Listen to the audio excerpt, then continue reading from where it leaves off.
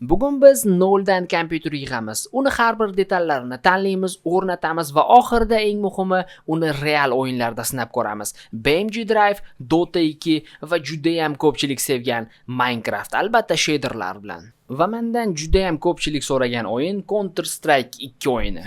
Bu sborka o'zini qanday ko'rsatadi? Video davomida bilib olasiz. Bu shunchaki kompyuter yig'ish emas. Bu byudjetdan maksimal darajada unumli foydalanish. Agar sizga ham kompyuter kerak bo'lsa, bemalol bizga murojaat qilishingiz mumkin. Har galgidek kompyuterimizni yig'ishdan oldin uning tarkibiy qismlari bilan birma-bir tanishib chiqamiz. Sizlar narxini izohlarda taxmin qilib turinglar, men albatta oxirida aytaman. Bo'lmasangizlar boshlaymiz. Protsessorimiz Intel Core i7 3770 3-chi avlod protsessori hisoblanib, 4 ta yadro va 8 ta oqimga ega, chastotasi 3.4 dan boshlanib 3.9 gacha boradi. DDR3 bo'lishiga qaramasdan Intel Core i5 6-7 avlod protsessorlari bilan Intel Core i3 esa 8-9 avlod protsessorlar, ya'ni DDR4 protsessorlar bilan bir xil ishlaydi. Shu joyda bir qiziq faktni aytaman azizlar, Intel Core i9 degan narsa 7-avlodgacha bo'lmagan. 7-avloddan keyin ishlab chiqarilgan, ungacha Intel Core i7 eng zo'ri, eng kuchlisi bo'lgan. Demak, bizning qo'limizda zamonasining eng kuchli protsessorlaridan biri turibdi. Xo'p, plataga keladigan bo'lsak, Asus brendidan B75MLX Plus. Platamiz juda ham oddiy, o'z zamonasida ishlab chiqarilgan. Afsuski NVMe sloti yo'q, lekin shunga qaramasdan B chipsetda. O'zi platalar 3 xil chipsetga bo'linadi. Birinchisi eng arzoni byudjetli variant H. Ana undan keyin puli professional mana bunaqangi B platalar va oxirida professionalli Z platalar. Bu o'rtamiyona plata hisoblanadi, так что нормальный. Asus brendi o'zi yomon brend emas, o'zi aytib turibdi qanaqa plataligini. Afsuski azizlar, sistemamizda 8+8 16 GB bor yo'q operativ xotira bo'ladi, chunki platamizda slotlari kam. Agar ko'proq bo'lganda men ko'proq qo'yardim, chunki DDR3 unchalik ham qimmat turmaydi. Kingston brendidan 1600 MHz 8 GB li ikkita planka bor. Bu yerda hech narsaga tushunib bo'lmaydi, chunki bu Kingston. Mana shunaqangi sonlar yozib tashlaydi, pechat ham qo'yib tashlagan tavba.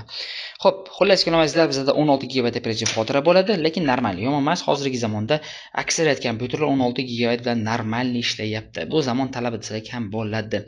Va xotira keladigan bo'lsa, azizlar, bizda ikkita xotira bor. Doimiy xotirada SSD va qattiq disk turadi. Qattiq disk albatta fayllar uchun 320 GB. SSD ga keladigan bo'lsak, bu yerda o'yinlar bo'ladi, sistema bo'ladi, dasturlar bo'ladi. Shuning uchun ham 512 GB li SSD.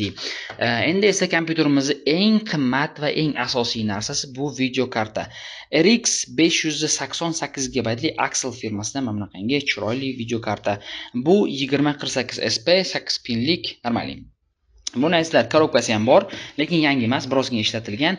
Bu kartalarning yangisi hozirgi zamonda men borib so'radim, 1 million 600 deyishyapti. Hayron qoldim. Men buni 900 ming so'mga olganman, так что normal. Xo'p, qaranglar. Sistemamiz protsessorga e'tibor beramiz, 77 watt. Shuning uchun men ikkita misli trubkali kuler qo'ydim. Jami sistema agar hisoblaydigan bo'lsa 77 plus mana bu 150 watt oladi, chunki 2048 SP 225 4 ta ventilator, SSD, qattiq disk, qolgan narsa ja borsa maksimum 300 wattda ishlaydi. Shu uchun men Batcherdan Saxon Double Forward 650 wattli blok pitaniya qo'ydim. Lekin bu 650 watt yozish bilan qaranglar, men bu yerda yozilgan rated power, baholangan quvvati 500 watt, maksimum 600 watt beradi. 500 watt bo'lishiga qaramasdan bu palakat где-то 400 beradi. 400 ham bermaydi, 385 beradi, chunki 12 voltli liniyada 32 amper turibdi. Bu 385 watt degani. Sistemamizni hammasi где-то 300 watt ishlatishini inobatga olgan holda shuni qo'yishga qaror qildim. Bu blok pitaniya bundan oldingi videolarimda chiqqan, men buni o'zim ochganman, lekin zavoddan defekt bilan kelgan. Qaranglar, men bu yeri prosta o'yilgan edi, palakatda. Olib skotch qildim, bo'ldi, vроде normalniy, ishlashiga gap yo'q, stabilniy, standartniy ishlaydi. Agar qanaqangidir muammolar qilib kompyuterimizni kuydirib oladigan bo'lsa, ATA qilamiz va boshqasini qo'yamiz. Menda yana bitta variant bor. Men bu yerda adashmasam legendarniy Hound key bor. Nimaga hozir shuni ishlatmayapsiz degan savolga men bitta javob beraman. Afsuski bizda 6+6 pin переходник olishimiz kerak. Bizga переходник hozir nimaga kerak? Tayyor blok pitaniya turgan vaqtda shuni ishlatamiz. Video kartamizda 8 pin aytib o'tganimdek, так что men shuni ishlatsak problema qilmaydi degan umiddaman. Agar kompyuterimni kuydirib olsang, qara, lekin uraman. Keysga keladigan bo'lsangizlar, bizada juda ham chiroyli bo'lgan Azatorn 4 ta ventilyatorli keys men bu yer shishadan tekshirib ko'rdim. Sindirib ko'rganim yo'q, lekin tekshirib ko'rdim. Qaranglar, juda ham chiroyli turadi. Buni bilasizlarmi, men Telegramdan zakaz berardim, Toshkentdan keldi. Rasmda katta ko'ringanda-da, qarasam kichkinagina keyscha ekan. Qaranglar. No, qo'lim sig'adi-da, barmoq bilan ko'tara olaman demoqchi edim, yo'q, mubolag'a ekan. Lekin cho'tki narsa. 3 ta knopkasi bor, zapaskada ikkitasi, bittasi asosiysi. Tak, 4 ta ventilyator aytganimdek, orqasida bitta va oldida 3 ta ventilyatorlar. Hozmasligi ochib ko'rsataman. Bir qo'l bilan bilmadim. Sindirib yubormasam agar, joyingda tur. Sindirib yubormasam agar hammasi zo'r bo'ladi. Tik, olamiz. O'zi normalniy. Va oxirgisi, oppa, chotki. Cho'darolda turinglar iltimos. Let's go, azizlar. Qo'limdan keldi. Ketdim shisha deb. Xo'p, qaranglar. 1, 2, 3 va 4 ta ventilyator. Juda ham chiroyli. Demak, azizlar, biz sborkani boshlasak bo'ladi. Juda ham oddiy qadamchalar bilan boshlaymiz. Protsessorni joyiga qo'yamiz, kullerni qo'yamiz, operativkalarni qo'yamiz. Ana undan keyin buni hammasini men bu yerga tiqib qo'yamiz-da. Birma-bir SSDlarni yana nima qoldi bizda? Blok pitaniyani albatta va oxirida video kartani qo'yamiz. Protsessorimizga e'tibor beramiz azizlar. Uni o'zini maxsus belgisi bo'ladi qaysidir tomonida. Hozir biz o'shani topamiz. Protsessorimizni qaranglar, o'zi yaqqol ko'rinib turibdi. Mana bu yerda 3 burchak bor ekan. Platada ham belgi bo'lishi kerak. Mana bu yerda qaranglar, oppoq belgicha bor, kichkinagina aylanacha. Boshqa joylarda yo'q. Demak, protsessorimizni mana shunaqa qilib qo'ysak agar muammo bo'lmaydi. Bo'ldi, normalniy. O'z joyiga tushadi, qaranglar. Joyida turibdi, normalniy soketni yopamiz. Keyin ehtiyotkorlik bilan bir qo'lda birozgina qiyin, lekin qo'ldan kelgancha harakat qilamiz. Bo'ldi, normalniy. Protsessorimiz azizlar joyida turibdi. Ana endi kullerni o'rnatsak bo'ladi. O'zining mana bunaqangi qisqichlari bor. Prosta tak qo'ysak agar plataga kiradi. Kirdi. Endi mana bunaqangi mixlarni joyiga qo'yamiz. Bular mahkam ushlaydi platada. Kullerni halqasini 2 3 va albatta oxirgisi 4. Ana endi protsessorimizga terma pastani suramiz va kullerni joyiga o'rnatsak bo'ladi. Juda ham oson o'rnatiladi, qaranglar. O'zining ikkita qisqichi bor. Bu yerda ham bunaqangi ushlagich bor-da, mana. Ushlagich ikkita bor. Ikkalasini shunday qo'ysak agar bo'ladi. Kullerimizni o'rnatgandan keyin qaranglar, bir e'tibor bilan qaraymiz, hammasi normalmi, hammasi joyidami, hammasi zo'r. Ana endi uni ulab qo'ysak bo'ladi. Bu yerda o'zini platada maxsus CPU, ya'ni protsessor, central processor, fan degan narsasi bo'ladi. Fan degani bu albatta ventilyator. Shunchaki olamizda konnektorga qo'shib qo'yamiz, bo'ldi. Hammasi normalniy. Ana endi operativ xotiralarini qo'ysak bo'ladi. Ikkala slotka ham bunaqangi 8 GB operativ xotiramizni o'rnatamiz. Bitta qo'l bilan qanaqa chiqadi bilmadim, lekin ochib, prosta mana bunaqangi joyga to'g'rilab tek. Mana bu qirsillaguncha bosish kerak. Mana qirsilladi, bu tomon ham qirsilladi. Normalniy. Endi ikkinchisini qo'yamiz. Xuddi shunaqa e'tibor beramiz. Bu yerda o'yiq joyi bor. Platada ham bunaqangi blokator joyi bor. Ikkini 3 ga qo'yib bo'lmaydi, chunki o'yiq joylari turli xil joylarda joylashgan. Bu ataylabdan qilingan, xato ketmasligi uchun. Bo'ldi, joyiga qo'ydim. 1 va 2. Ajoyib. Hammasi tayyor, hammasi zo'r, hammasi ajoyib. Endi buni korpusga o'rnatsak bo'ladi. Azizlar, xullas kalom berilib ketib, kompyuterni polnishni yig'ib qo'yibman. Afsuski videoga olmadim, lekin hozir birgalikda yoqib ko'ramiz. Xo'p, nimalar qildim? Hozir birma-bir sizlarga ko'rsataman. Platani joyiga qo'ydim va uni quvvatladim. Video kartani qo'ydim va uni quvvatladim. Albatta, protsessorga ham bunaqangi 4 pin qo'ydim. 4 pin olgani yaxshi bir tomondan, chunki blok pitaniyamiz birozgina slabiy. Interfeyslarni hammasini qo'ydim. Korpusda plataga kirmaydigan faqat bir donagina kabel bor ekan. U ham mana bu LED knopkasiga tegishli kabel. Uni men qaranglar, ventilyatordan chiqqan mana bunaqangi nimaga uladim. Konnektorga uladim. Mana hammasi joyida, hammasi normalniy. Xo'p, SSD'miz orqa tomonda mana bunaqangi maxsus joy bor ekan, shu yerga qo'ydik. Qattiq diskni korpus ostida o'zini joyi bor ekan, qo'ydik. Bo'ldi. Vrodi hammasi joyida. Endi birgalikda yoqib ko'rsak bo'ladi. Okay. Xo'p, azizlar, monitorimizni mana bunaqangi perxatlik bilan ishlatsak ham bo'ladi, lekin men hozir ofisda HDMI kabel topib oldim. Hozir ko'rsataman sizlarga. Rostni aytsam, menda HDMI kabel yo'q deb yurardim. Qaranglar, menda mana bunaqangi HDMI kabel bor ekan, juda ham chiroyli va adashmasam bu kamida 3 metr chiqsa kerak. Kattaligini qaranglar. Oho. Hali buni sinab ko'ramiz, lekin hozircha biz perixatnikdan foydalansak ham bo'ladi. Asosiysi bizga kartinka kerak. Monitor uladim, klaviatura chiqquncha quvvatni uladim. Ana endi birinchi marta kompyuterimizni yoqib ko'rsak bo'ladi. Umid qilamanki ishlaydi. Okey, ko'ramiz. 1 2. Oppa! Vau, chiroyliligini qaranglar. Juda ham chiroyli. Juda ham. Ranglari ham o'zgarib turar ekan. Podsetkasini o'zgartirib ko'raylikchi. Oppa, yomon emas. Xo'p, kartinka bo'ladimi, yo'qmi? Agar normal bo'ldi. Agar kartinka bo'lsa, qolgan hammasi yerunda demoqchi edim. Normal. Xo'p, kelinglarda ana endi bunga Windows o'rnatamiz, o'yinlarni o'rnatamiz va ularni test qilib ko'ramiz.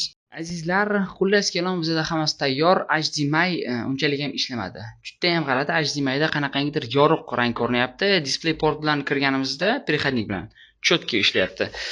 Men bu HDMI ni o'zimni kompyuterimga qo'ydim. Mana bu jonivorni. Lekin baribir ham xuddi shunaqa qanaqangidir g'alati rang. Bu kompyuterniki ham olib tiqib ko'rdim, bo'lmaydi. Xo'p, biz kompyuterdamiz azizlar, ichida ko'ramiz hozir nimalar bor bu yerda. Let's go. Okey, protsessorimiz qaranglar. 3.7 da ishlayapti, shu turishda. 3.7, 3.8 da ishlayapti. Intel Core 7 3770. Bu chastota podarka emas azizlar. 3.7 bu normal chastota. Hozir 1 minut. Tak, ko'ramiz mana bu yerda 3.4 dan boshlanadi. 4 ta yadr, 8 ta oqim, hammasi ideal, hammasi chot. DDR3 16 GB, afsuski slotimiz kam. Ikkita slotni ikkitasida ishlatilgan 1600 MHz. Bilasizlarmi, protsessor va operativ xotirani boost qilmoqchi edim, lekin hozircha keyinga qoldirildi. Podsetkasi menga juda ham yoqdi. Qaranglar turishini. Voy tot. Nihoyatda go'zalda. Bir odam maza qilar ekan. Seriozni. Xo'p, azizlar, rejim shunaqa ekan va video kartamiz hozir ko'rsataman. AMD Radeon RX 580 2048 SP aytganda shader pointlari birozgina kamroq, shuni hisobiga kamroq tokiydi. 8 GB. Lekin azizlar, bu padarka narsa emas. Bu o'zim ishlatganman, bunda stream ham qilganman, video ham olganman, hatto BMG Drive ham o'rnatib ishlatib ko'rganman. Juda ham zo'r natijalar beradigan video karta. Xo'p, azizlar, endi men bu yerga Minecraft olganman. Hali lekin birorta versiyasini yuklaganim yo'q. Hozir yuklab ko'ramiz, qanaqangi natijalar berar ekan. Okey, bizda qanaqangidir muammo. Internet yo'q. Internet yo'q. Minecraft 1.21.4 versiyasi oddiy modlarsiz, shaderlarsiz vanilla Minecraftda 840 ta FPS beryapti. Plus minus 700-800 orasida. Xo'sh, endi kompyuterimiz bahosiga keladigan bo'lsak, bizga qanchaga tushdi? O'zim byudjetimiz gazeta 2,5 million so'm edi. Yana kimdir yozyapti, barakat. Okey, video kartamiz 900 mingga tushdi. Komplektni o'zi gazeta 600-700 bo'lib ketdi. Operativ xotiralar, plata, protsessor va kuller bilan birga. Jami hisobda maydalashib o'tiribman. Gazeta 3 millionga yig'dik. Bu yerda bilasizlarmi, SSD bor, 512 talik. O'z SSD ni agar kichraytirsa agar ancha pul tashiydi va mana bu video kartani ham RX 570 qilsa agar normal bo'ladi. Lekin 3 million orasida-da, base kompyuter 3 million orasida mana bunaqangi chiroyli korpus bilan monitorsiz. Ana endi kelinglarda bitta shader qo'yib ko'ramiz. Ana shaderda o'zini qanaqa ko'rsatar ekan. Mellow 3.1 versiyasi. Bir test qilib ko'raylik. Hozir normalmi? Kartinka zo'r, silliq, chiroyli, ajoyib. Xo'p, FPS ga keladigan bo'lsak, 160 ta FPS. Bu birozgina kam. Birozgina kam, lekin 160 ta FPS ham yomon emas. O'zimning kompyuterim 6 millionlik kompyutermi, 7 millionlik kompyuterda 140 ta FPS beradi hozirgi zamonga kelib. Chunki unda birozgina muammolari bor, shu uchun ham uni qaranglar. Wow. Bilmadim videoda qanaqa ko'rinyapti, lekin menga juda ham chiroyli ko'rinyapti. Videoda hamma joy oqargan, dabdala bo'lgan ekan. 170 ta FPS yomon emas, standartning nabor bizada, adashmasam 8 ta chunk ochilgan, 12 ta chunk simulyatsiya qilinyapti. Normalniy. Kelajakda agar upgrade qilmoqchi bo'lsak, agar bemalol protsessorni alishtirsak bo'ladi. Protsessor alishtirgandan keyin albatta plata ham ketadi, operativkalar ham ketadi, qarochi. Kompyuterda hech narsa qolmaydi. Bu kompyuter o'zi boshqa o'yin uchun yig'ilgan, Minecraft uchun deyarli ishlatilmaydi. Tak что bundan chiqib ketsak ham bo'ladi. Azizlar, biz esa birozgina og'irroq o'yinlarga o'tamiz. BMG Drive. Bu o'yinda bizda 80 ta FPS, birozgina kam. Rostini aytsam, bu kompyuterdan ko'proq kutgandim, lekin o'yin где-то 60-70 GB turadi. Tak что buni tushunsa bo'ladi. Nimaga bosmayapti bilmadimu, lekin g'alati. Xo'p, action scenalarda FPSimiz 68-70 orasida. Biz avariya qilib ko'raylikchi nima bo'lar ekan va yomon emas. Ba'zi hollarda 90 ga ham chiqib ketadi, 100 ga ham chiqib ketyapti. Juda ham zo'r. BMG Drive bemalol o'ynasa bo'ladi, lekin content qilish, boshqa narsalarda bilmadim to'g'ri keladimi yo'qmi. В целом, men nima deydi, xursandman bunaqangi natijalarga erishganimdan. Xo'p, azizlar, yana bitta o'yinda tekshirib ko'ramiz. Bu hozircha bizda 60 FPS beradi, chunki bu limit qo'ygan. Hozir o'yin boshlangandan keyin menimcha o'zgaradi.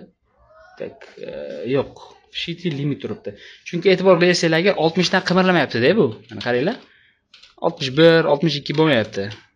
Bu degani o'yinning o'zini limiti bor, demak, bundan oshib bo'lmaydi. Endigi navbatdagi o'yinimiz azizlar, bizda Dota 2. Dota 2 bizga 120 ta FPS beryapti, lekin juda ham g'alati. Как будто limit bor deyishyapti, xuddiki o'yinni qanaqangidir o'zini cheklovi bor.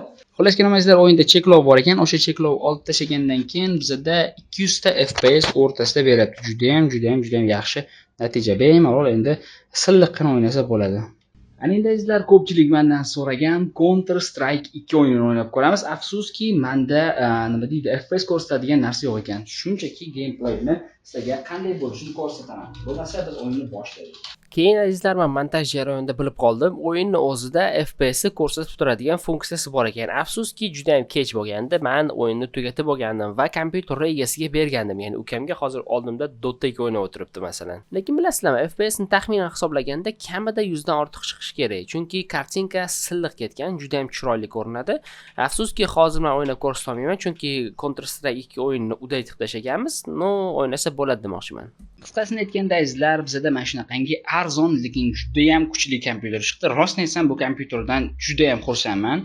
Bunaqangi natijalarni kutmagandim. DDR3 i7 ni 3-avlodi bo'lishiga qaramasdan ancha o'zini yaxshi ko'rsatdi. O'yinlarda ham, dasturlarda ham, boshqa hamma narsada. Xullas kelmasizlar, ushbu kompyuterimiz ana shunaqangi kuchli va istalgan o'yinlarni bemalol o'ynaydigan bo'ldi. Umid qilamanki, ushbu video sizga yoqdi. Agar shunday bo'lsa, bitta izoh va like qoldirasizlar degan umiddaman. Va albatta, agar sizga ham kompyuter kerak bo'lsa, mana shu ekrangizda ko'rib turgan Telegram profiliga bemalol murojaat qilishingiz mumkin. Istalgan parametrlardagi kompyuterni yig'ib, barcha sinovlardan o'tkazib, butun O'zbekiston bo'ylab yetkazib beramiz. Sizlar bilan esa kelgusi videolarda ko'rishamiz. Barchaga xayr.